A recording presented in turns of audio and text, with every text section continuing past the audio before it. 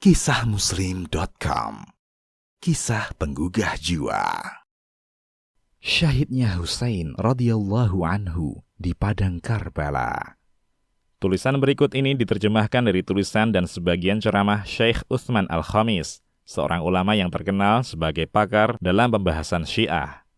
Pembahasan tentang terbunuhnya cucu Rasulullah, Asy-Syahid Husain bin Ali alaihi salam, telah banyak ditulis. Namun beberapa orang ikhwan meminta saya agar menulis sebuah kisah sahih yang benar-benar bersumber dari para ahli sejarah. Maka saya pun menulis ringkasan kisah tersebut sebagai berikut. Sebelumnya, Syekh telah menulis secara rinci tentang kisah terbunuhnya Husain di buku beliau, Hukbah Minat Tarikh. Pada tahun 60 Hijriah, ketika Muawiyah bin Abi Sufyan wafat, penduduk Irak mendengar kabar bahwa Husain bin Ali belum berbaiat kepada Yazid bin Muawiyah. Maka orang-orang Irak mengirimkan utusan kepada Husain yang membawakan baiat mereka secara tertulis kepadanya. Penduduk Irak tidak ingin kalau Yazid bin Muawiyah yang menjadi khalifah. Bahkan mereka tidak menginginkan Muawiyah, Utsman, Umar, dan Abu Bakar menjadi khalifah. Yang mereka inginkan adalah Ali dan anak keturunannya menjadi pemimpin umat Islam. Melalui utusan tersebut, sampailah 500 pucuk surat lebih yang menyatakan akan membaiat Husain sebagai khalifah. Setelah surat itu sampai di Mekah, Husain tidak terburu-buru membenarkan isi surat itu. Ia mengirimkan sepupunya, Muslim bin Aqil, untuk meneliti kebenaran kabar baiat ini. Sesampainya Muslim di Kufah, ia menyaksikan banyak orang yang sangat menginginkan Husain menjadi khalifah. Lalu mereka membaiat Husain melalui perantara Muslim bin Aqil. Baiat itu terjadi di kediaman Hani bin Urwah. Kabar ini akhirnya sampai ke telinga Yazid bin Muawiyah di ibu kota kekhalifahan, Syam. Lalu ia mengutus Ubaidullah bin Ziyad menuju Kufah untuk mencegah Husain masuk ke Irak dan meredam pemberontakan penduduk Kufah terhadap otoritas kekhalifahan. Saat Ubaidullah bin Ziyad tiba di Kufah, masalah ini sudah sangat memanas. Ia terus menanyakan perihal ini, hingga akhirnya ia mengetahui bahwa kediaman Hani bin Urwah adalah sebagai tempat berlangsungnya pembaiatan, dan di situ juga Muslim bin Aqil tinggal. Ubaidullah menemui Hani bin Urwah dan menanyakannya tentang gejolak di Kufah. Ubaidullah ingin mendengar sendiri penjelasan langsung dari Hani bin Urwah, walaupun sebenarnya ia sudah tahu tentang segala kabar yang beredar. Dengan berani dan penuh tanggung jawab terhadap keluarga Nabi, Muslim bin Aqil adalah keponakan Nabi. Hani bin Urwah mengatakan, "Demi Allah, sekiranya Muslim bin Aqil bersembunyi di kedua telapak kakiku ini, aku tidak akan memberitahukannya kepadamu." Ubaidullah lantas memukulnya dan memerintahkan agar ia ditahan.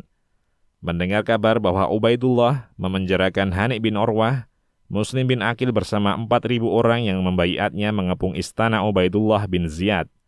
Pengepungan itu terjadi di siang hari.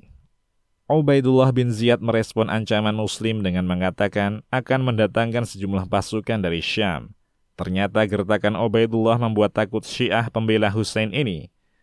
Mereka pun berkhianat dan berlari meninggalkan Muslim bin Aqil, hingga tersisa 30 orang saja yang bersama Muslim bin Aqil.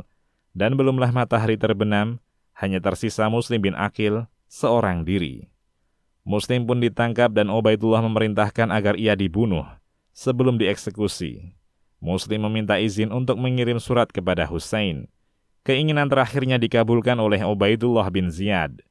Isi surat Muslim kepada Husain adalah, "Pergilah, pulanglah kepada keluargamu. Jangan engkau tertipu oleh penduduk Kufah. Sesungguhnya penduduk Kufah telah berkhianat kepadamu dan juga kepadaku. Orang-orang pendusta itu tidak memiliki pandangan untuk mempertimbangkan masalah." Muslim bin Aqil pun dibunuh, padahal saat itu adalah hari Arafah. Husain berangkat dari Mekah menuju Kufah di hari Tarwiyah. Banyak para sahabat Nabi menasihatinya agar tidak pergi ke Kufah. Di antara yang menasihatinya adalah Abdullah bin Abbas, Abdullah bin Omar, Abdullah bin Zubair, Abu Sa'id al-Khudri, Abdullah bin Amr, saudara tiri Husain, Muhammad al-Hanafiyah, dan lain-lain. Abu Sa'id al-Khudri radhiyallahu anhu mengatakan, "Sesungguhnya aku adalah seorang penasihat untukmu, dan aku sangat menyayangimu. Telah sampai berita bahwa orang-orang yang mengaku sebagai Syiahmu, yakni pembelamu di Kufah, menulis surat kepadamu. Mereka mengajakmu untuk bergabung bersama mereka. Janganlah engkau pergi bergabung bersama mereka, karena aku mendengar ayahmu Ali bin Abi Thalib mengatakan tentang penduduk Kufah, demi Allah, aku bosan dan benci kepada mereka. Demikian juga mereka bosan dan benci kepadaku. Mereka tidak memiliki sikap memenuhi janji sedikit pun. Niat dan kesungguhan mereka tidak ada dalam suatu permasalahan, yakni mudah berubah. Mereka juga bukan orang-orang yang sabar ketika menghadapi pedang atau penakut.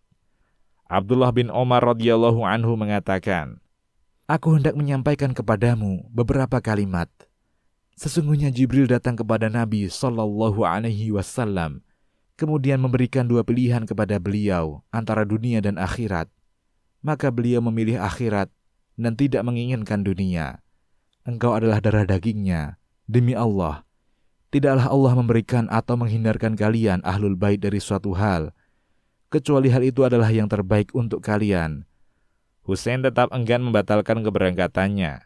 Abdullah bin Umar pun menangis, lalu mengatakan, aku titipkan engkau kepada Allah dari pembunuhan. Setelah meneruskan keberangkatannya, datanglah kabar kepada Husain tentang tewasnya Muslim bin Aqil. Husain pun sadar bahwa keputusannya ke Irak keliru dan ia hendak pulang menuju Mekah atau Madinah. Namun anak-anak Muslim mengatakan, janganlah engkau pulang sampai kita menuntut hukum atas terbunuhnya ayah kami. Karena menghormati Muslim dan berempati terhadap anak-anaknya, Husain akhirnya tetap berangkat menuju Kufah dengan tujuan menuntut hukuman bagi pembunuh Muslim. Bersamaan dengan itu, Ubaidullah bin Ziyad telah mengutus Al-Hurr bin Yazid At-Tamimi dengan membawa 1.000 pasukan untuk menghadang Husain agar tidak memasuki Kufah. Bertemulah Al-Hurr dengan Husain di Qadisiyah. Ia mencoba menghalangi Husain agar tidak masuk ke Kufah. Husain mengatakan, celakalah ibumu, menjauhlah dariku. Al-Hurr menjawab, demi Allah, kalau saja yang mengatakan itu adalah orang selainmu, akan aku balas dengan menghinanya dan menghina ibunya. Tapi apa yang akan aku katakan kepadamu? Ibumu adalah wanita yang paling mulia, radhiyallahu anha. Saat Husain menginjakkan kakinya di daerah Karbala, tibalah 4.000 pasukan lainnya yang dikirim oleh Ubaidullah bin Ziyad dengan pimpinan pasukan Omar bin Sa'ad. Husain mengatakan, apa nama tempat ini? Orang-orang menjawab, ini adalah daerah Karbala. Kemudian Husain menanggapi, Karbun artinya musibah, dan bala artinya bencana. Melihat pasukan dalam jumlah yang sangat besar, Husain radhiyallahu anhu menyadari tidak ada peluang baginya. Lalu ia mengatakan, aku ada 2 alternatif pilihan. Pertama, kalian mengawal, menjamin keamananku pulang. Atau 2, kalian biarkan aku menghadap Yazid di Syam. Engkau pergi menghadap Yazid, tapi sebelumnya aku akan menghadap Ubaidullah bin Ziyad terlebih dahulu, kata Umar bin Sa'ad. Ternyata Ubaidullah menolak jika Husain pergi menghadap Yazid. Ia menginginkan agar Husain ditawan menghadapnya. Mendengar hal itu, Husain menolak untuk menjadi tawanan. Terjadilah peperangan yang sangat tidak imbang antara 73 orang di pihak Husain berhadapan dengan 5.000 pasukan Irak. Kemudian 30 orang pasukan Irak dipimpin oleh Al-Hurr bin Yazid At-Tamimi membelot dan bergabung dengan Husain. Peperangan yang tidak imbang itu menewaskan semua orang yang mendukung Husain hingga tersisa Husain seorang diri. Orang-orang Kufah merasa takut dan segan untuk membunuhnya. Masih tersisa sedikit rasa hormat mereka kepada darah keluarga Nabi Muhammad sallallahu alaihi wasallam. Namun ada seorang laki-laki yang bernama Amr bin Dhi al-Jawshan. Semoga Allah menghinakannya. Melemparkan panah lalu mengenai Husain. Husain pun terjatuh. Lalu orang-orang mengeroyoknya. Husain akhirnya syahid. Semoga Allah meridainya. Ada yang mengatakan Amr bin Dhi al-Jawshan lah yang memotong kepala Husain. Sedangkan dalam riwayat yang lain, orang yang menggorok kepala Husain adalah Sinan bin Anas. Allahu a'lam. Yang perlu pembaca ketahui, Ubaidullah bin Ziyad, Amr bin Dhi al-Jawshan, dan Sinan bin Anas adalah para pembela Ali, yakni Syiahnya Ali di Perang Siffin. Ini adalah sebuah kisah pilu yang sangat menyedihkan. Celaka dan terhinalah orang-orang yang turut serta dalam pembunuhan Husain dan Ahlul Bait yang bersamanya. Bagi mereka kemurkaan dari Allah. Semoga Allah merahmati dan meridhai Husain dan orang-orang yang tewas bersamanya. Di antara Ahlul Bait yang terbunuh bersama Husain adalah anak-anak Ali bin Abi Thalib, Abu Bakar, Muhammad, Utsman, Ja'far, dan Abbas. Anak-anak Husain bin Ali, Ali Al-Akbar, dan Abdullah. Anak-anak Hasan bin Ali, Abu Bakar, Abdullah, Qasim. Anak-anak Aqil bin Abi Thalib, Ja'far, Abdullah, Abdurrahman, dan Abdullah bin Muslim bin Aqil. Anak-anak dari Abdullah bin Ja'far bin Abi Thalib, Aun, dan Muhammad. Dari Ummu Salamah bahwasanya Jibril datang kepada Nabi sallallahu alaihi wasallam. Jibril mengatakan, "Apakah engkau mencintai Husain wahai Muhammad?" Nabi menjawab, "Tentu." Jibril melanjutkan, "Sesungguhnya umatmu akan membunuhnya. Kalau engkau mau, akan aku tunjukkan tempat di mana ia akan terbunuh." Kemudian Nabi diperlihatkan ke tempat tersebut, sebuah tempat yang dinamakan Karbala. Hadis riwayat Ahmad dalam Fadailus Sahabah, ia mengatakan hadis ini hasan. Adapun berita-berita bahwa langit menurunkan hujan darah, dinding-dinding berdarah, batu yang diangkat lalu di bawahnya terdapat darah dan lain-lain, karena sedih dengan tewasnya Husain, berita-berita ini tidak bersumber dari rujukan yang sahih. Benarkah sikap Husain alaihi salam pergi ke Irak? Tidak ada kemaslahatan dalam hal dunia maupun akhirat dari sikap Husain alaihi salam yang keluar menuju Irak. Oleh karena itu, banyak sahabat Nabi yang berusaha mencegahnya dan melarangnya berangkat ke Irak. Husain pun menyadari hal itu, dan ia sempat hendak pulang. Namun anak-anak Muslim bin Aqil memintanya mengambil sikap atas terbunuhnya ayah mereka. Husain dengan penuh tanggung jawab tidak lari dari permasalahan ini. Dari peristiwa ini, tampaklah kezaliman dan kesombongan orang-orang Kufah, yakni Syiahnya Husain, terhadap Ahlul Bait Nabi alaihimus salatu wassalam. Sekiranya Husain alaihi salam menuruti nasihat para sahabat, tentu tidak terjadi peristiwa ini. Akan tetapi, Allah telah menetapkan takdirnya. Terbunuhnya Husain ini tentu saja tidak sebesar peristiwa terbunuhnya para nabi. Semisal dipenggalnya kepala Nabi Yahya oleh seorang raja, karena calon istri raja tersebut meminta kepala Nabi Yahya bin Zakaria sebagai mahar pernikahan. Demikian juga dibunuhnya Nabi Zakaria oleh Bani Israel dan nabi-nabi lainnya. Demikian juga dengan dibunuhnya Umar dan Utsman. Semua kejadian itu lebih besar dibanding dengan peristiwa dibunuhnya Husain alaihi salam. Bagaimana sikap kita terhadap peristiwa Karbala? Tidak diperbolehkan bagi umat Islam apabila disebutkan tentang kematian Husain, maka ia meratap dengan memukul-mukul pipi atau merobek-robek pakaian atau bentuk ratapan yang semisalnya. Nabi Shallallahu Alaihi Wasallam bersabda, "Bukan termasuk golongan kami orang-orang yang menampar-nampar pipi dan merobek saku bajunya." Hadis riwayat Bukhari. Seorang muslim yang baik, apabila mendengar musibah ini, hendaknya ia mengatakan sebuah kalimat yang Allah tuntunkan dalam firman-Nya. Orang-orang yang apabila mereka ditimpa musibah, mereka mengatakan, "Sesungguhnya kami adalah milik Allah, dan kepadanya lah kami akan kembali." Quran Surat Al-Baqarah ayat 155. Tidak pernah diriwayatkan bahwa Ali bin Husain atau putranya Muhammad atau Ja'far As-Shadiq atau Musa bin Ja'far radhiyallahu anhum, para imam dari kalangan Ahlul Bait maupun selain mereka pernah memukul-mukul pipi mereka atau merobek-robek pakaian atau berteriak-teriak dalam rangka meratapi kematian Husain.